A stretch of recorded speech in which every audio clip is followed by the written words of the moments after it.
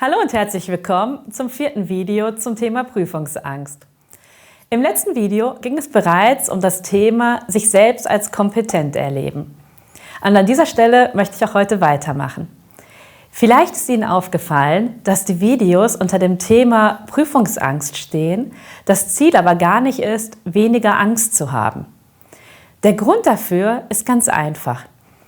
Wenn wir auf das Ziel fokussieren, ich möchte weniger Angst haben, denken wir immer auch an das Thema Angst. Und das löst entsprechende Gedanken und Empfindungen aus. Eine Frage, die Sie sich stattdessen stellen können, ist, wie möchte ich mich stattdessen fühlen? Was möchte ich stattdessen? Und die Antwort darauf kann individuell unterschiedlich ausfallen. Für manche Personen passt die Formulierung, ich möchte selbstbewusster in die Prüfung gehen. Für andere, ich möchte mich kompetenter fühlen oder ich möchte mehr Leichtigkeit spüren oder mit mehr Gelassenheit in die Prüfung gehen. Überlegen Sie mal, welche Formulierung für Sie gut passt, und wenn Sie etwas gefunden haben, können Sie dann im nächsten Schritt weiterdenken, was können Sie tun, um diesem Gefühl näher zu kommen? Und alles, was Sie machen, um diesem Gefühl, diesem erwünschten Zustand näher zu kommen, bringt Sie automatisch weg von dem weniger erwünschten Gefühl. Vielen Personen hilft es, um sich kompetent zu fühlen, daran zurückzudenken, sich daran zu erinnern, was habe ich alles schon für Erfolge gehabt im Leben? Wo war ich überall schon erfolgreich und kompetent? Sie können zum Beispiel mal überlegen, wie viele Prüfungen Sie in Ihrem Leben schon bestanden haben. Und das sind wahrscheinlich mehr, als Ihnen jetzt im ersten Moment einfallen. Überlegen Sie mal, wo Sie das allererste Mal Prüfungen bewältigt haben. Das war wahrscheinlich in der Grundschule oder vielleicht sogar noch eher. Aber in der Grundschule fängt man schon an mit den allerersten Buchstabendiktaten. Da schreibt man schon die ersten Tests und dann geht es später weiter mit Klassenarbeiten, mit Klausuren, mit Vokabeltests, mit Referaten, aber auch mit ganz anderen Prüfungsformaten.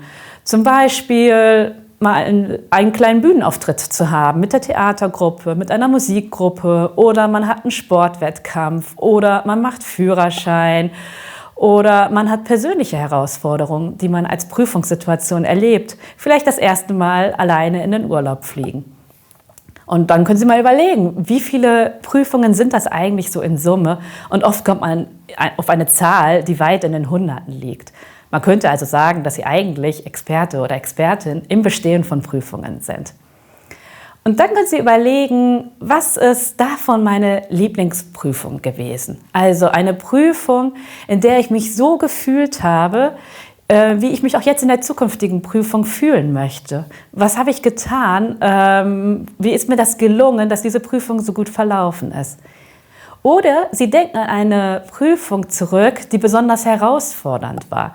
Und dann überlegen Sie sich, was habe ich da für Schwierigkeiten überwunden? Was lief erstmal nicht so gut, aber was habe ich gemacht, dass es am Ende zu einem guten Ergebnis gekommen ist? Das können Fragen sein, die Ihnen hilfreich sein können, um ja Ihre Kompetenzen, um Ihre Stärken zu spüren, die Sie ja immer noch haben und die Sie vielleicht auch in der nächsten Prüfung gut einsetzen können.